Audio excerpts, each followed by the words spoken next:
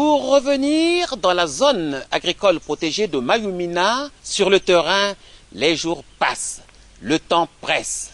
Les cœurs battent au plus fort, les producteurs agricoles se bousculent pour prendre déjà position des lieux. C'est en tout cas dans cette atmosphère d'ambiance, d'enthousiasme, de ferveur et de chaleur que, dans la plus grande modestie, le professeur Paul-Valentin Gobo avait procédé au lancement des activités de la première zone agricole protégée du Congo, le mercredi 1er septembre 2021.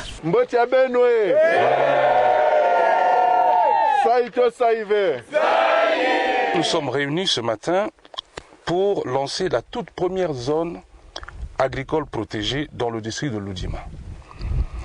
Ici dans la Bouenza, plus précisément à Mayumina ou Mayumini, comme on dit ici. C'est pour moi un grand honneur et un réel plaisir. Permettez donc que j'exprime d'abord ma profonde gratitude aux autorités départementales pour avoir facilité mais aussi contribué aux travaux d'installation de cette première zone agricole, puisque c'est quand même eux qui ont aménagé la piste qui mène jusqu'ici. Le président de la République, chef de l'État, Denis Sassou Nguesso, a promis aux Congolais d'inscrire l'agriculture au sens large, c'est-à-dire la culture des terres, la pêche et les différentes sortes d'élevage dans une nouvelle trajectoire de développement, de mettre en œuvre une rupture stratégique pour provoquer une croissance notoire de ce secteur.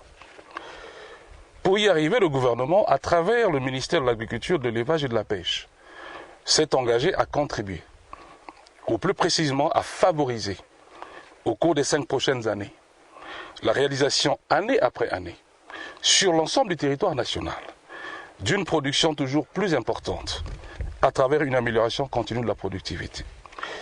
L'une des stratégies retenues par le ministère est l'agglomération ou le regroupement des structures de production dans un espace commun. Et la création des zones agricoles protégées à travers tout le pays, au profit de plusieurs groupements, comme nous pouvons le constater ici, en est un exemple. De quoi s'agit-il? Ici à Mayumina ou Mayumini, pour ceux qui l'appellent en patois, nous sommes sur les terres du ministère de l'Agriculture, de l'Élevage et de la Pêche. Nous avons affecté 104 hectares à 10 groupements, retenus après audition. Ces groupements sont constitués de 124 producteurs. Ces 104 hectares ont été d'abord dessouchés, labourés, pulvérisés aux frais de l'État. Les groupements prendront la suite des opérations à partir de la deuxième campagne. Il s'agit donc d'une forme de subvention en nature. Les 10 groupements sont représentés par leurs sièges, des maisons, au sein de la zone. Nous y installons un système d'irrigation, comme vous avez pu le constater, à partir de 2 forages. Ce choix s'impose, car nous sommes loin d'un cours d'eau, d'où le nom de Mayumini. Chaque groupement reçoit une dotation en matériel agricole, comme vous pouvez le constater. Ici, nous avons 100 brouettes, 200 pelles, 100 houes, 100 machettes, des imperméables, des bottes, des cordeaux, des torches, des pulvérisateurs, et j'en passe. Les groupements sont libres de faire les cultures auxquelles ils sont habitués, surtout le manioc, le foufou, notre aliment de base.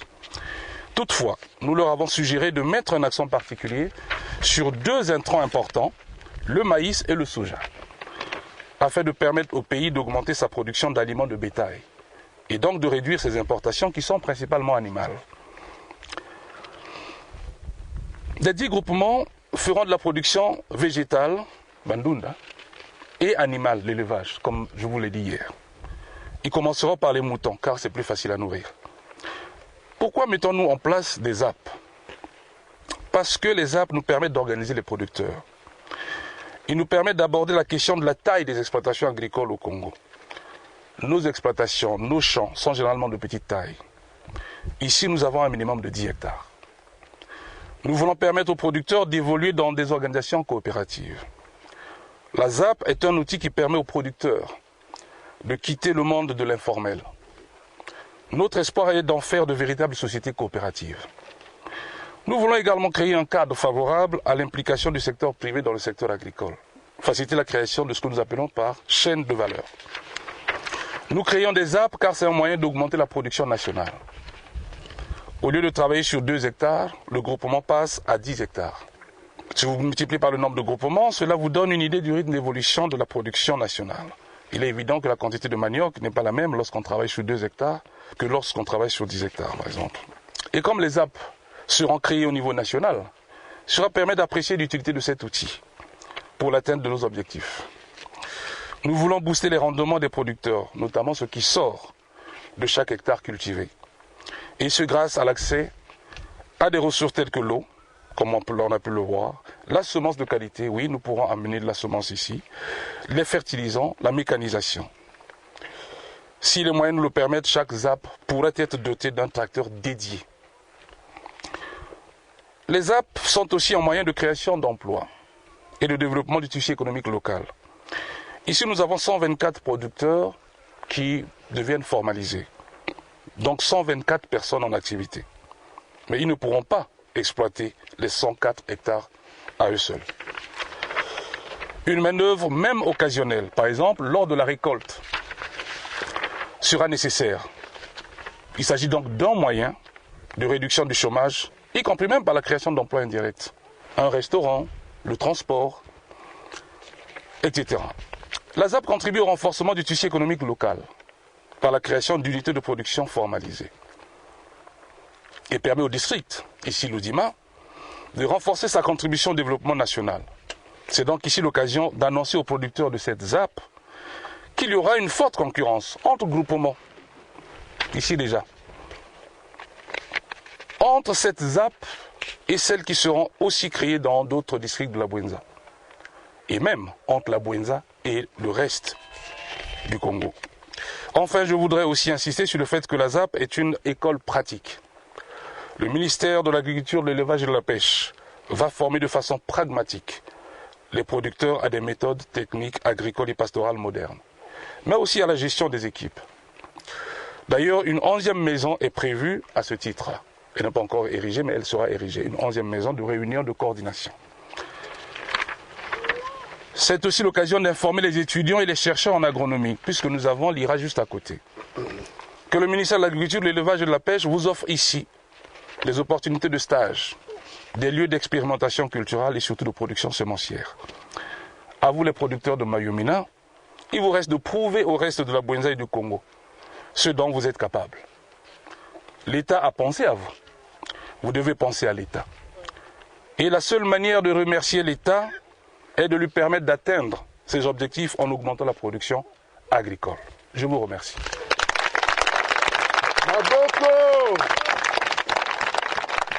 L'événement était de taille, une grande première pour tout dire dans l'histoire du monde des producteurs agricoles au Congo. Personne, en tout cas personne n'en dira mieux que la joie débordante des autorités locales et des populations bénéficiaires de la zone. Cette zone est un domaine de l'État et comme ça, les producteurs n'auront plus à s'adresser à des terriens qui, au demeurant, leur exigent une rente foncière dont le coût varie entre 20 et 30 000 francs CFA par hectare et par campagne. Ça, c'est du jamais vu, hein. C'est du jamais vu depuis qu'on est là à l'Oudima. Il y a très longtemps qu'on travaille sur ces sites-là, mais on ne voyait pas ce genre de gestes. Le ministre a pensé qu'il fallait nous aider par le canal de notre président de la République, M. Denis Sassou Nguesso. Nous sommes très contents pour ça. Il nous a fait des gestes, pas un geste, mais beaucoup de gestes là. Le ministre de l'Agriculture est arrivé, il a commencé par dédommager les paysans. Celui qui avait 1 hectare, 2 hectares, bon, il pouvait avoir ses 400, 300 000 francs, 500 000 francs pour les uns et parfois 750 000 francs pour les autres. C'est quand même une bonne chose. Il a fait rentrer les engins, il a labouré, il a enlevé les arbres, tout. Nous avons pratiquement tout le matériel devant nous. Tel que moi, j'ai des râteaux en main et mes voisins aussi ont des choses, des houes et des appareils à dos, et voire même des bottes. Donc vraiment pour ces gestes, nous sommes très contents. Nous avons de l'eau, donc nous pouvons travailler du matin jusqu'au soir. On n'aura pas de problème. Aucune déception de notre part, parce que nous sommes les habitués de la terre. nous sommes vraiment habitués. Nous maîtrisons cette terre. Nous travaillons sur cette terre, voici moins près de 10 ans, 15 ans. Donc nous avons la maîtrise de cette terre. Et nous avons également la maîtrise, comment dirais-je, de nos plantations. Nous pouvons occuper 2 hectares pour au moins le maïs, 4 hectares pour le manioc, 2 hectares pour le soja, et ainsi de suite. Même le levage, on est capable de le faire. Le ministre ne sera pas dessus. Les Congolais également ne seront pas dessus.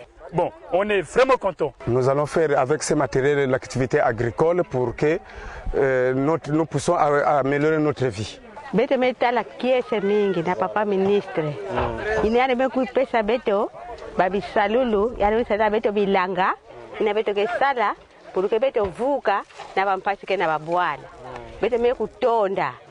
Kiese mingi na yani mosi tata sasa meku yidika programme ya beto kena kulongo na tata nzambi pesa beto ngolo beto kusala kisali ya beto papa ministre yani pia nimesala beto bien la kisali yani meku kisali la beto meku yani funda matero bika nzambi bure yani bilumu meku lutila yani kontie kusala ba projet yani ba région nyonso ya le Congo. C'est un sentiment de joie et de réconfort moral. Nous voulons vous exprimer, Monsieur le ministre, vous qui avez la charge de traduire dans les actes la volonté politique du président de la République, son Excellence Denis Sassou Nguesso, qui pour ce mandat qui s'ouvre a voulu placer l'agriculture au cœur de son action. Voyez-vous, mesdames et messieurs, l'événement qui vient de se produire à Mayumina, district de Loudima, département de la Bouenza, a fortement marqué les cœurs et les esprits des populations. Le fait appelle bien de commentaires et mérite qu'on y revienne dès la prochaine occasion.